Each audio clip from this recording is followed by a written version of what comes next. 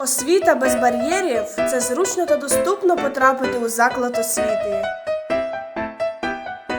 Вас зустрічають щирими усмішками на вустах. З вами спілкуються на рівних.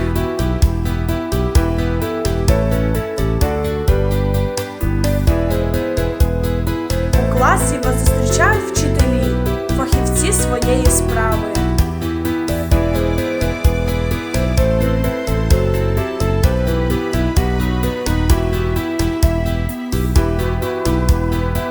На уроках всі діти активно включені в освітню діяльність.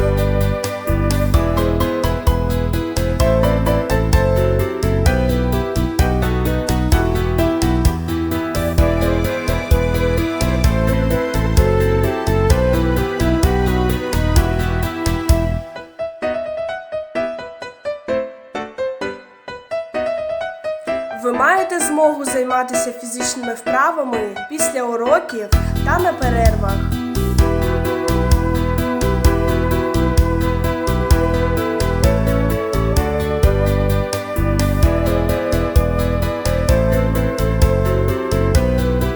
Вчителі мають індивідуальний підхід до кожного учня.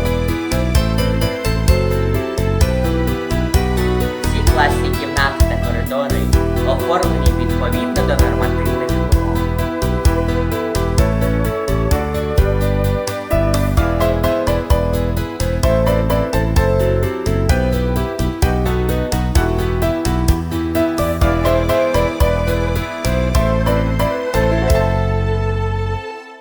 А смачно та добре вас нагодують в шкільній їдальні.